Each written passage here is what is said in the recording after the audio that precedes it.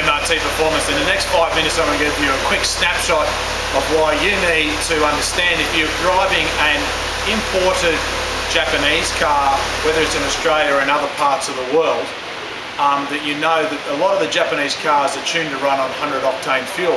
And as an example, for those of you who are watching here in Australia, the huge amount of imported privately owned Japanese cars, such as this model EVO 7, are supposed to run on 100 octane fuel, but often you might actually not realise that. And of course here in Australia, 100 octane fuel is not readily available anymore at the normal service station in your local suburb.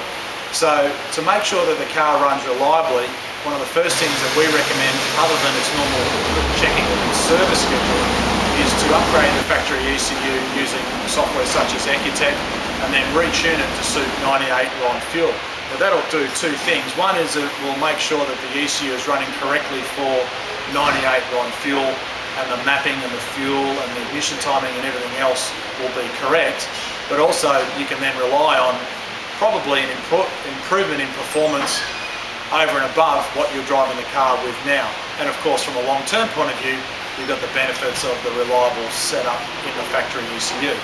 Now the other thing that I wanted to talk about with this particular model, like many other early model EVOs and Subarus that are imported privately in Australia, is often they come to Australia with really low kilometres from being used in Japan.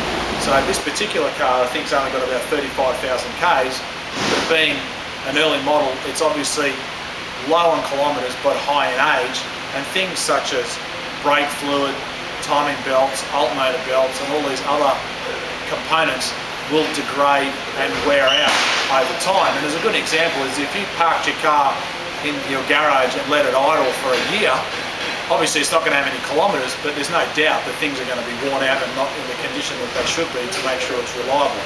So in addition to making sure that the ECU is tuned correctly, you need to also make sure that the car is checked correctly. And on an EVO, a good example is rear diff, transfer case, gearbox oil. In the case of this EVO 7 being a GT model, it's an automatic version, so you'll have to check the auto trans fluid as well. Then you've got the AYC fluid, engine oil, brake fluid, coolant, and then things like spark plugs, fuel filter, oil filter, and air filter. Now this one in particular was recently purchased by a client only a couple of weeks ago from an importer. He had it inspected prior to approval to see what condition it was in. They obviously did a few small changes to make the car reliable, but it is never had its timing belt changed since it was built well over 6 years ago. So of course from a reliability point of view that is very, very important, because the last thing he wants is to have the timing belt break, because then obviously it's pretty catastrophic from an engine failure point of view.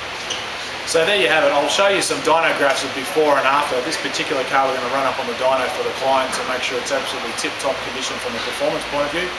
And then in the next couple of days we'll deliver it back to him after it's had a major service with the timing belt and all the other fluids and service items changed.